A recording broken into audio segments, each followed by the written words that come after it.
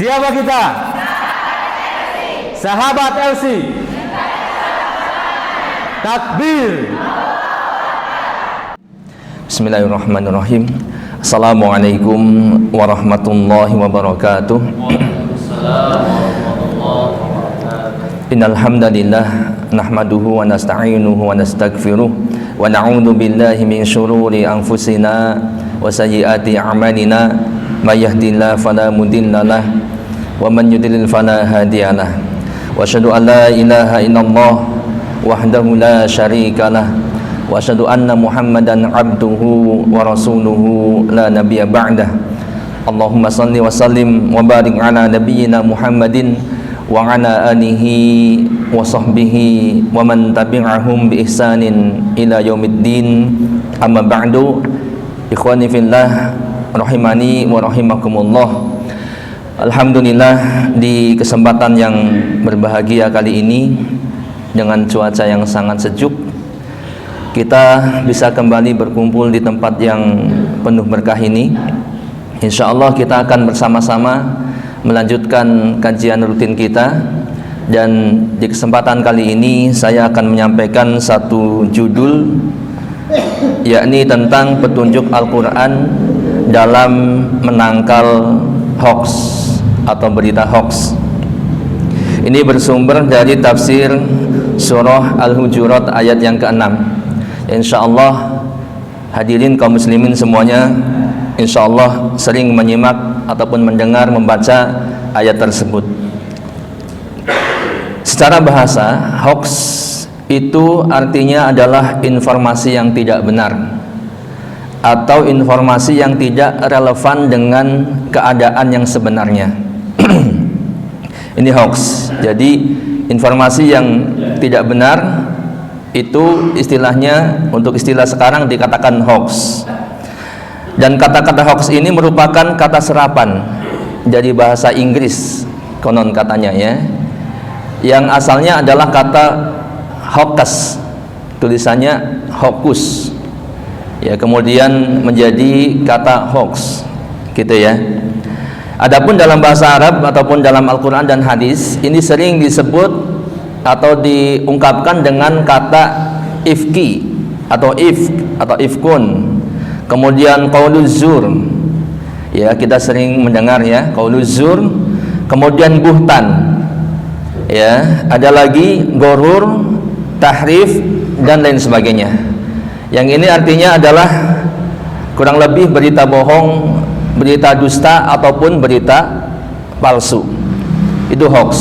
Nah, dan ikhwati fillah rahimakumullah, meskipun hoax ini terdengar di kita mungkin baru ya, mungkin sejak atau bahkan setelah era digital ataupun era medsos baru center istilah hoax. Sebelum itu tidak ada istilah hoax ya. Ini untuk istilah ini. Namun pada esensinya hoax itu sudah terjadi sejak zaman dahulu, bahkan sejak zaman Adam alaihissalam, ketika masih di atas atau di dalam surga, yaitu ketika Adam alaihissalam dalam tanda kutip termakan hoax oleh siapa? Iblis, oleh setan yang merayu Adam dan istrinya untuk mendekati sebuah pohon dengan membawa informasi hoax ya. Dikatakan dalam surat Al-A'raf ayat yang ke-20, wa qala a'udzu billahi minasyaitonir rajim wa qala ma nahakuma rabbukuma an hadhihi syajarah illa an takuna malakaini aw takuna minal khalidin. Yang artinya, dan syaitan berkata, Rabb kalian tidaklah melarang kalian mendekati pohon ini kecuali supaya kalian berdua tidak menjadi malaikat, atau supaya kalian berdua tidak menjadi orang yang kekal di dalam surga ya. Dan ternyata Adam alaihissalam terpedaya oleh informasi hoax dari iblis ini. Jadi sudah terjadi sejak zaman dahulu ya. Pun demikian terjadi pada zaman kepada Nabi Nuh alaihissalam, kaumnya Nabi Nuh alaihissalam, mereka menyebar hoax kepada masyarakat, kepada semua orang, bahwa Nuh alaihissalam itu orang yang berambisi untuk mendapatkan pimpinan, ya, untuk mendapatkan kekuasaan. Pun demikian terjadi kepada siapa? Kepada Nabi Musa alaihissalam. Hoax itu disebarkan oleh pemerintahan pada saat itu, bahwa Musa alaihissalam adalah tukang sihir, karena mujizat Musa alaihissalam bisa mengalahkan tukang sihir dari pemerintahan Fir'aun saat itu. Ya, pun demikian terjadi hoax yang menimpa siapa? Maryam. Ya, Maryam. Ketika itu hoax itu tersebar bahwa Maryam telah berzina, sehingga mengandung dan melahirkan anak bernama Isa bin Maryam. Ya, padahal Maryam alaihissalam, ya, tidak pernah disentuh oleh seorang lelaki pun. Namun demikian terjadi hoax yang sangat luar biasa, dan hampir saja efek daripada hoax ini menjadikan perpecah belahan di antara kaum muslimin, yaitu terjadi pada zaman Nabi SAW, ya, yang sering kita kenal dengan istilah hadisul ifki, yaitu berita bohong, fitnah, buhtan, yang ini menimpa Aisyah radhiyallahu anha, ya, bersama atau dengan yang fitnah ataupun dituduhkan dengan Sofwan bin Al-Mu'attal. Ketika itu Aisyah radhiyallahu anha mendapat giliran bersama Nabi untuk mengiringi Nabi atau untuk membersamai Nabi dalam suatu peperangan, yaitu perang Al-Musairi, perang melawan Bani Al-Mustalik, ya, yang dipimpin oleh Al-Haris. Nah, kemudian setelah selesai peperangan, rombongan Nabi termasuk Aisyah di dalamnya pulang menuju Madinah. Ya, di tengah perjalanan singkatnya mereka istirahat. Yang kisah ini semua kita sudah tahu, ya. Istirahat, kemudian ketika istirahat di malam hari, Aisyah karena ada hajat atau keperluan, beliau turun dari sekedupnya, ya, turun dari tanduknya untuk keperluan. Setelah itu kembali lagi. Nah, begitu kembali, ya, sudah masuk ke dalam sekedup, Aisyah kemudian baru sadar bahwa kalungnya hilang. Maka seketika itu Aisyah radhiyallahu anhuma keluar lagi untuk mencari kalung tersebut. Namun qadarullah, begitu pulang dari pencarian kalung, kembali ke tempat itu, ternyata Rasulullah SAW dan rombongannya itu sudah meninggalkan tempat. Dan akhirnya Aisyah tertinggal, ya. Namun kecerdasan Aisyah ketika tertinggal tidak lantas mengejar ataupun mencari, sebab belum tentu Aisyah radhiyallahu anha tahu jejak ataupun mapnya, gitu, ya, tahu jalan, gitu, belum tentu. Sehingga dengan kecerdasan beliau menunggu di tempat yang sama. Barangkali rombongan itu tersadar dan kemudian kembali ke tempat peristirahatan yang semula tadi. Namun yang ditunggu nggak datang-datang, rombongan itu nggak kembali, sampai akhirnya Sofwan bin Al-Mu'attal itu lewat, ya, melintas. Mungkin beliau ini bagian sabu bersih kalau bahasa sekarang, ya. Ternyata kaget melihat Aisyah Ummul Mukminin tertinggal, ya. Dan Sofwan mengenali Aisyah radhiyallahu anhuma karena Sofwan sudah mengenal Aisyah sebelum hijab itu diwajibkan, sehingga kenal. Namun Sofwan tidak pernah berucap apapun sedikit pun kecuali adalah ucapan istirja, innalillahi wa inna ilaihi raji'un. Ya, kemudian Sofwan menjerumkan untanya dan Aisyah radhiyallahu anha diperintahkan untuk naik. Sampai ke Madinah itu tidak terucap satu kata pun kecuali tadi, innalillahi wa inna ilaihi raji'un. Ya, sehingga tidak terjadi apapun pada Sofwan dengan Aisyah. Namun orang-orang munafik yang menghendaki kekacauan di antara kaum muslimin, mereka kemudian membuat hoax, menyebarkan hoax, ya. Dan ini hoax ini yang isinya adalah bahwa yang intinya bahwa Aisyah telah berzina dengan salah satu sahabat ini, ya. Dan hoax ini menyebar dengan sangat cepat sehingga dalam Al-Quran dikatakan dari mulut ke mulut, saking cepatnya seolah-olah nggak sempat lewat telinga gitu, sebar dari mulut ke mulut. Dan hampir saja di antara kaum muslimin itu terjadi pertumpahan darah, saling membunuh, ya, antara tadi ya kabilah yang menyebarkan hoax atau orang-orang yang ikut serta menyebarkan hoax bersama orang-orang yang membela Rasulullah ataupun membela Aisyah radhiyallahu anhuma. Nah, ini terjadi di zaman Nabi SAW hoax itu, ya.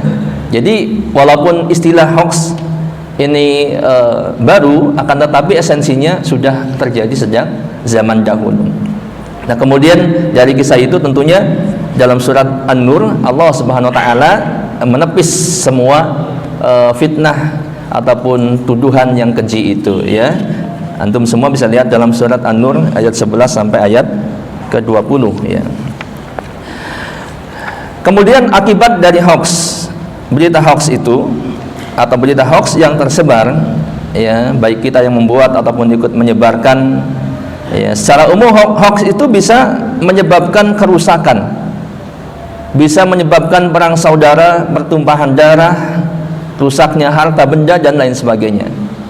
Ini hoax, berawal dari hoax. Berapa banyak terjadi tawuran antar kampung, ya, gara-gara hoax, saling menyebarkan hoax, ya, saling memfitnah, saling menyebar informasi yang tidak relevan, yang tidak benar, informasi palsu, berita bohong, ya, saling saling mencaci, padahal si fulan bilang begini, padahal dari kubu ini tidak bilang begini. Tetapi orang-orang yang menginginkan kekacauan itu kemudian membuat berita hoax, ya. Adapun untuk orang yang menyebarkannya, yang membuat atau bahkan mungkin yang menyebarkannya, maka ini akan terancam adab yang pedih. Ya, kita lihat walaupun kadang mungkin kita menyangka bahwa menyebarkan berita yang belum tentu benar, ya, apalagi diketahui itu hoax, kemudian kita enak saja menyebarkan, apalagi di era digital sekarang, di era medsos, gampang sekali kita dapat, kita share, kita dapat, kita share. Ini hati-hati. Ya, barangkali kita menganggap ringan, tapi Allah menganggap berat. Allah menganggap berat. Dan siksanya boleh jadi sangat adim, sangat besar. Ya, kita lihat dalam surat An-Nur ayat yang ke-15. Allah berfirman, "Ittalaqawnahu bi alsinatikum wa taquluna bi afwahikum ma laysa lakum bihi ilm wa tahsabunahu hayyinan wa huwa 'indallahi 'azim." Ingatlah di waktu kamu menerima berita bohong itu dari mulut ke mulut, dan kamu katakan dengan mulutmu apa yang tidak kamu ketahui sedikit pun juga, dan kamu menganggap sesuatu yang ringan saja padahal di sisi Allah adalah besar. Ya, tadi ini berkisah tentang hadisul ifki tadi, ya. Namun pelajarannya bisa kita petik, ya. Berapa banyak dikatakan dalam Al-Quran juga orang yang masuk neraka gara-gara lisannya, ya. Tulisan kan sama dengan lisan, sehingga kita harus hati-hati dengan berita-berita yang kita terima. Nanti kita lihat bagaimana, seperti dalam judul kajian ini, bagaimana Al-Quran menangkal berita hoax, atau kita bagaimana bersikap dalam menerima berita, ya. Kemudian dalam surat An-Nur ayat yang ke-19-nya, innal ladzina yuhibbuna an tashi'al fahishatu fil ladzina amanu lahum adabun alimun fid dunya wal akhirah wallahu ya'lamu wa antum la ta'lamun. Sesungguhnya orang-orang yang ingin agar berita perbuatan yang amat keji itu tersiar di kalangan orang-orang yang beriman, bagi mereka azab yang pedih di dunia dan di akhirat, dan Allah mengetahui sedang kamu tidak mengetahui. Hati-hati, apalagi berita ini, ya, terkait kehormatan kaum muslimin. Berita yang kita share terkait kehormatan kaum muslimin, terkait masalah orang banyak, ya. Jangan sampai kita mendapatkan ancaman azab yang besar.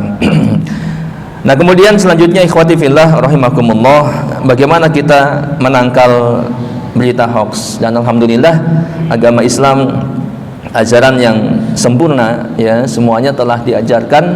Dan kalau kita mau menggali, maka di antara cara untuk menangkal berita hoax yang pertama adalah kita jangan bermudah-mudah dan tergesa-gesa untuk menyebar berita, apapun beritanya, kecuali datang memang benar-benar dari orang yang jujur. Misalkan datang dari lembaga kita gitu ya, ini kan udah jelas kan, nggak mungkin kita menyebarkan hoax gitu ya. Misalkan baru saja selesai bla bla bla bla, baru begini misalkan dan begitu, maka insya Allah itu pasti benar. Tapi kalau dapat berita dari orang lain, apalagi akunnya akun apa istilahnya teh, yang tanpa nama tuh, anonim ya, dan sebagainya, kita nggak tahu gitu ya, siapa mereka, siapa dia gitu. Walaupun pakai nama pun nggak tahu orangnya. Jadi jangan tergesa-gesa, tahan dulu ya. Sebab dalam hal ini Rasulullah SAW memperingatkan, jangan sampai kita dapat semua berita share, dapat informasi kita sampaikan, dapat informasi kita sampaikan.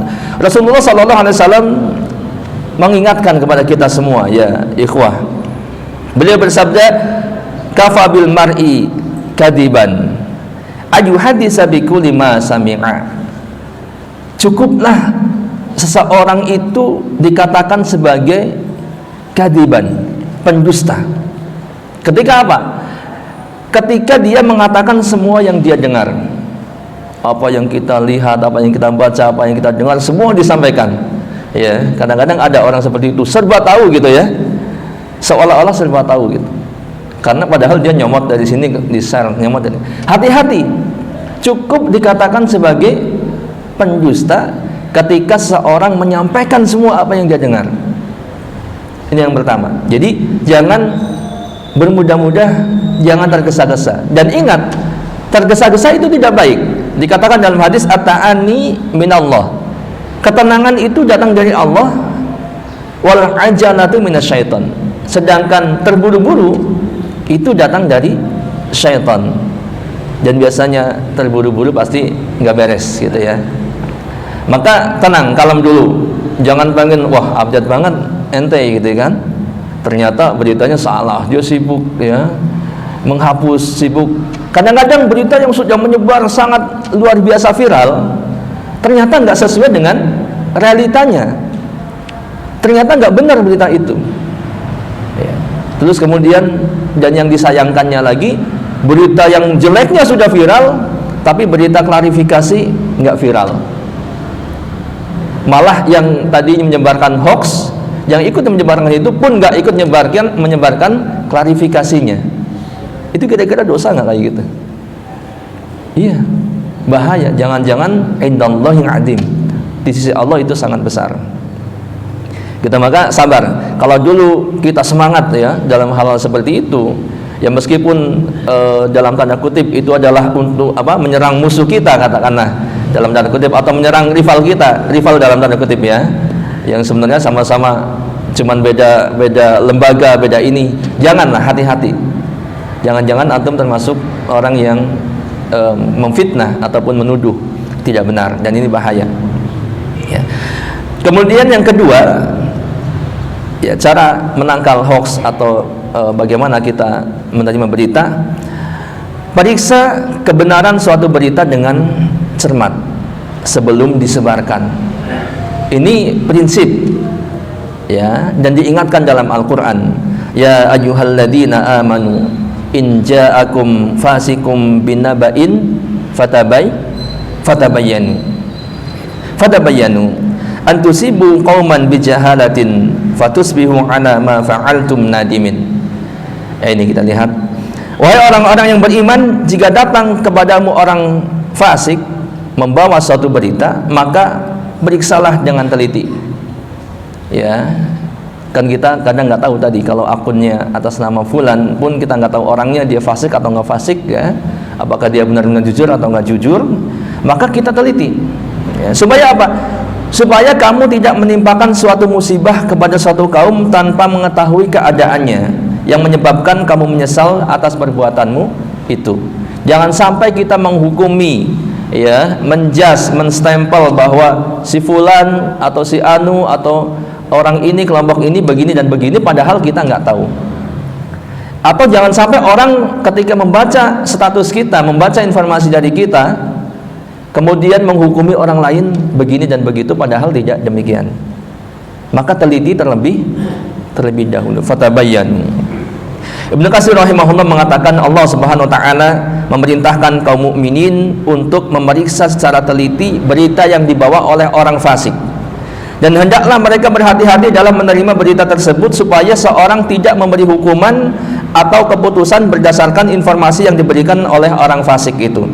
Hal ini karena di saat yang sama orang fasik tersebut mudah berdusta atau berbuat kesalahan. Ya, bahkan ada yang sengaja senang kalau berita dustanya itu viral gitu ya.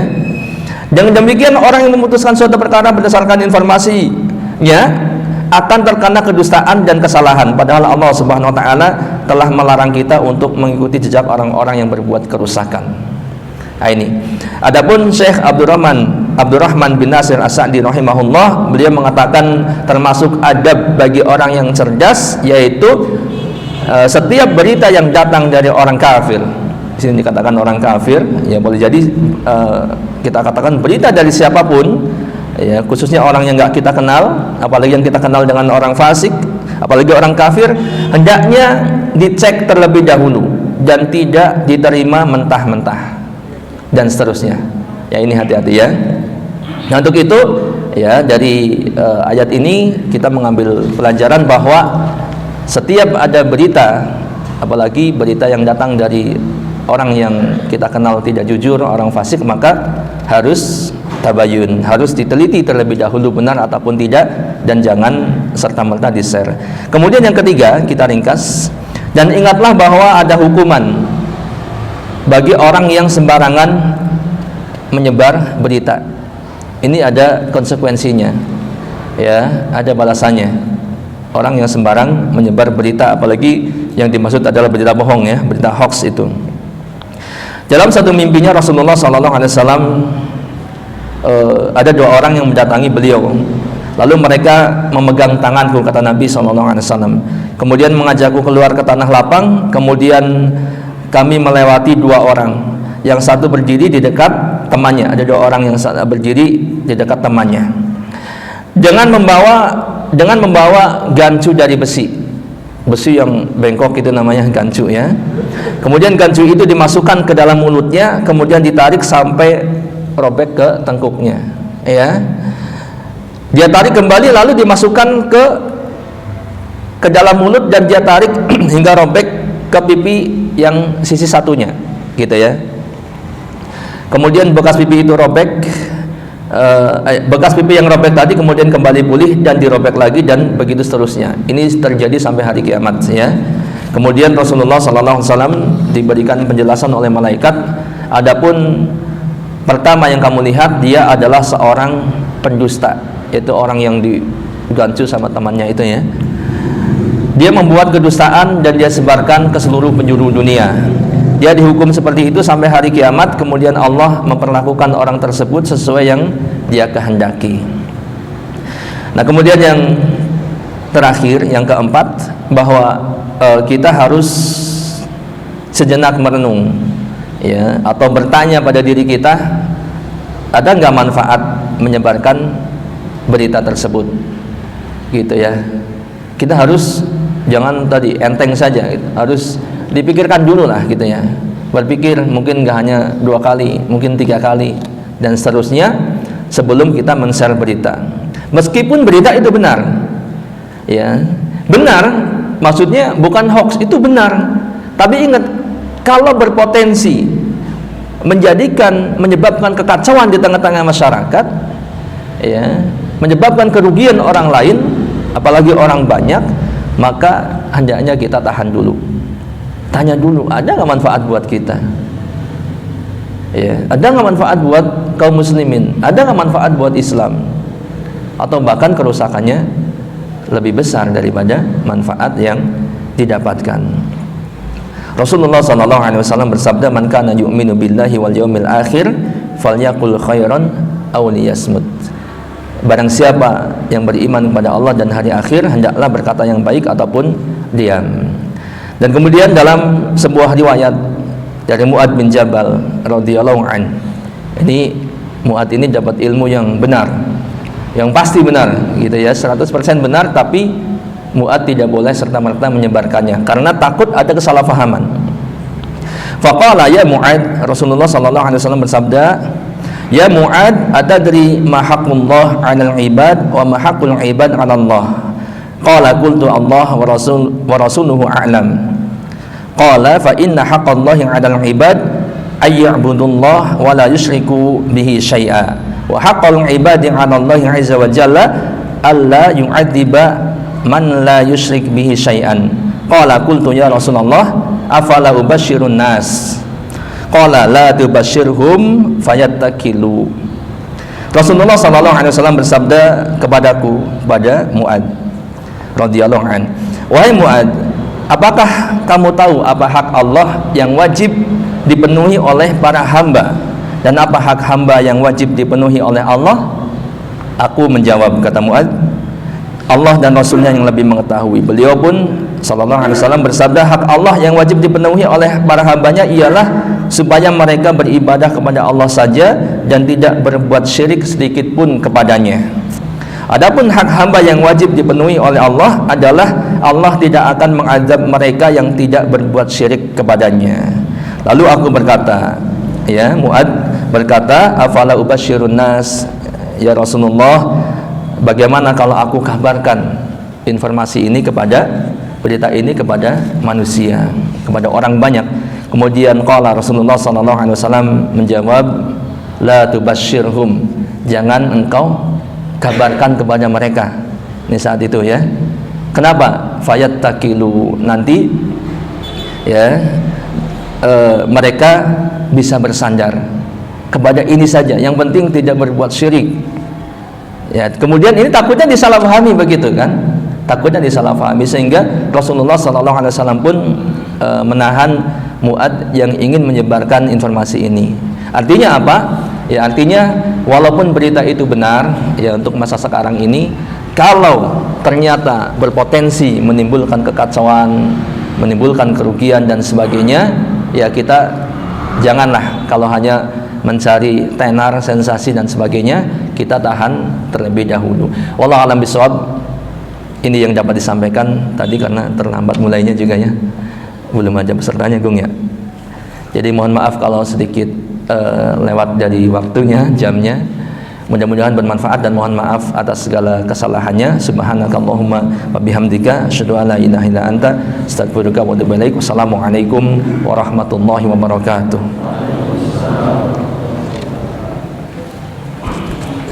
Siapa kita? Sahabat LC. Takbir.